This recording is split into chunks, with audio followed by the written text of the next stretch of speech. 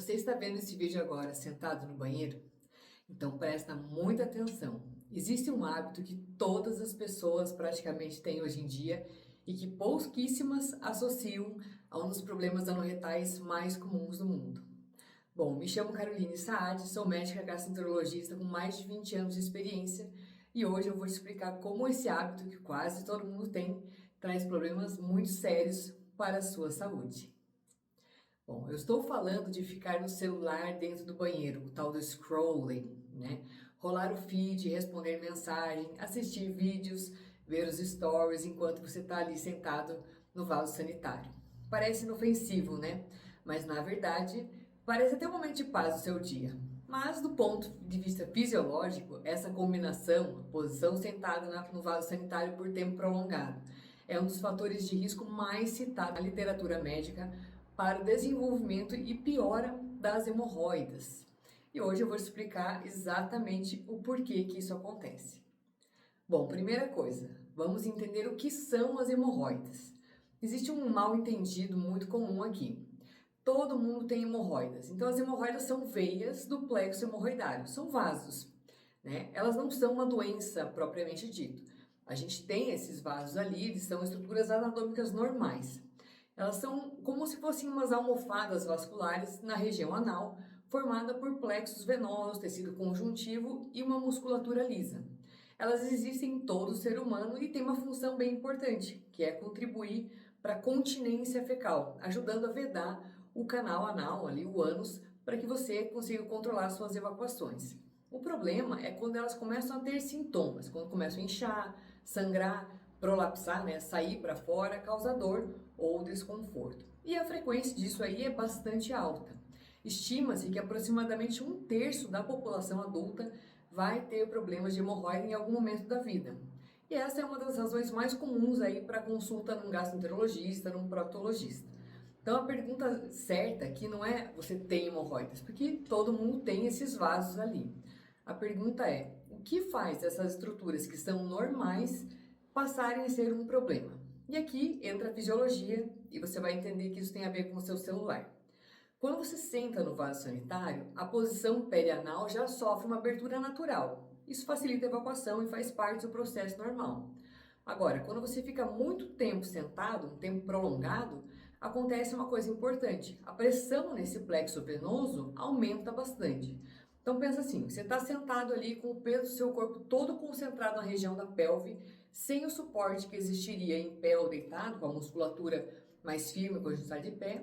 Esse sangue venoso que deveria retornar naturalmente para o nosso coração, ele começa a ter uma dificuldade de drenagem. E com o tempo, esse represamento venoso, essa congestão venosa, contribui para 3 coisas. Primeiro, uma distensão progressiva desses plexos vasculares, um enfraquecimento do tecido conjuntivo que sustenta ali essa estrutura e o prolapso gradual do tecido hemorroidário para fora da sua posição anatômica.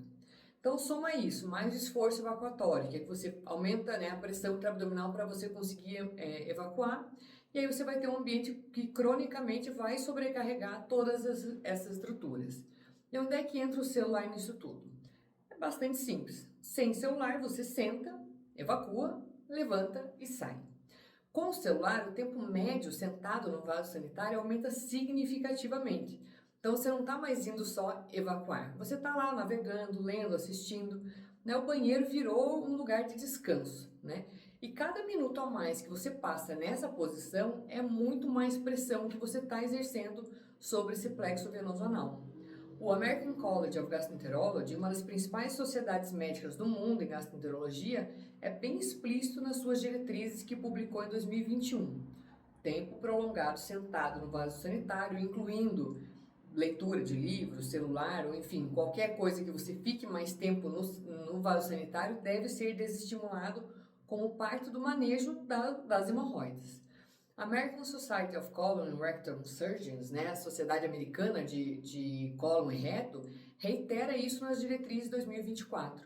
O aconselhamento sobre hábitos adequados de evacuação, evitando esforço e limitando o tempo no vaso, é uma recomendação de primeira linha. Agora, o que isso realmente faz de diferença? Será que faz mesmo? Sim, e a gente tem dados bem sólidos comprovando isso. Um estudo publicado ano passado no JAMA, uma revista de super alto impacto, avaliou um programa chamado TONE, que incluía como uma das intervenções limitar o tempo da defecação em no máximo 3 minutos. Então, no máximo 3 minutos no banheiro. Resultado: 56% dos pacientes tiveram melhora no prolapso hemorroidário, sangramento caiu de 71% para 29% ao longo de 40 meses. Isso só com essa mudança de hábito. Quem tem mais risco aumentado? O New England publicou em 2014 uma revisão bem extensa que lista como os principais fatores de risco. Além do tempo prolongado no vaso sanitário e um esforço evacuatório intenso, constipação crônica, diarreia frequente, uma baixa ingestão de fibras, sedentarismo, obesidade, gravidez e algumas condições como, por exemplo, cirrose, com ascite. Ou seja, o celular no banheiro não é sozinho, não é o único culpado, o único vilão disso aí. Mas somado a um estilo de vida que em muitos casos já acumula vários outros fatores, isso impacta bastante. Então, o que a gente deve fazer? Bom, primeira coisa, terminou o seu serviço ali, sai do banheiro. Parece bastante óbvio, mas a gente precisava falar sobre isso. O objetivo é evacuar, não descansar. Então, acabou? Levanta, vai ver o seu celular em outro lugar. O tempo ideal de evacuação, pela literatura, é no máximo 3 minutos de esforço ativo. Não precisa ficar cronometrando, lógico, mas se você está passando 15, 20 minutos sentado no vaso sanitário regularmente, isso é um sinal de alerta. Segundo ponto, fibras e hidratação. As diretrizes clínicas de diversas sociedades são bem consistentes. Aumentar a ingestão de fibras para 20 a 30 gramas por dia, manter uma boa hidratação, em torno aí de 6 a 8 copos de água por dia, são intervenções de primeira linha para hemorroidas sintomáticas. As fibras formam um bolo fecal adequado, mais macio, com mais água, e reduz o esforço e diminui o tempo de trânsito intestinal.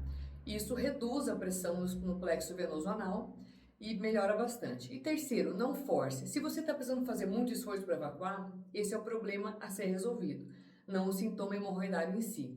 A constipação, que demanda muito esforço frequentemente, é um fator de risco independente para hemorroidas. E se você já tem sintomas de hemorroida, sangramento, prolapso, dor, desconforto anal persistente, esses sintomas precisam de uma avaliação médica. Não porque sejam necessariamente graves, mas existem outras coisas que também podem causar sintomas como esse, por exemplo, até mesmo câncer de intestino. Então a gente deve avaliar e descartar ou confirmar essas outras causas, e o tratamento vai depender de qual é a doença.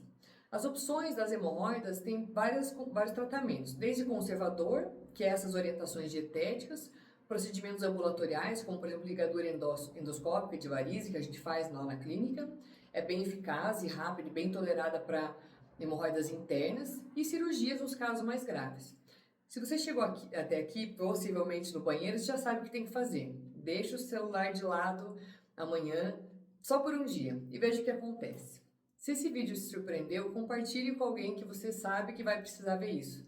Aquele seu familiar ou amigo que fica 15, 20 minutos no banheiro todo dia. Nos comentários, comente aqui pra mim. Você já sabia dessa relação? Você vai tentar mudar esse hábito? Bom, vejo vocês no próximo vídeo e siga o nosso canal aqui para você entender tudo sobre a sua saúde, sempre baseado em ciência de verdade.